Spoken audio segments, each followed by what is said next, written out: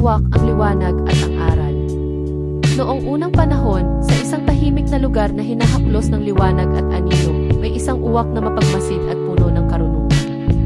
Para sa iba, isa lang itong ordinaryong ibon, ngunit sa katotohanan, dala nito ang sinaunang talino.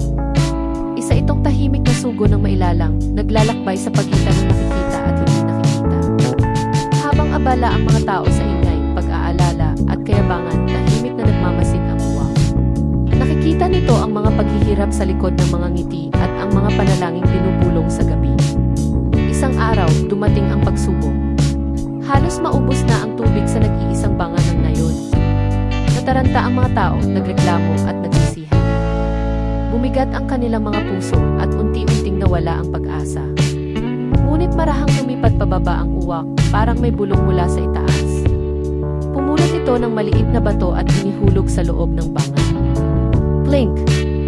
Pagkatapos ay isa pa. Plink! Dahan-dahang umangat ang tubig, kumikislap na parang biyayang bumaba mula sa langit. Tahimik na pinanood ng mga tao ang uwak na uminom ng payapa.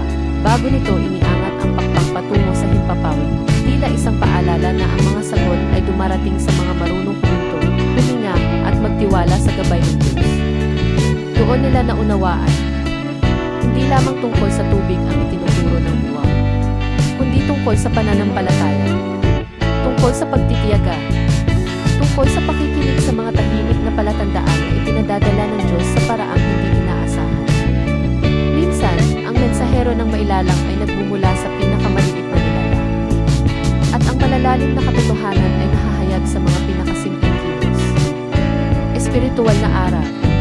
Hindi laging nasa maringal na anyo ang karunungan. Minsan, ang Diyos ay nagbibigay ng gabay sa pamamagitan ng mga mapagpakumbabang mensahero, isang uwak, isang estranghero, o isang sandali ng katahimikan.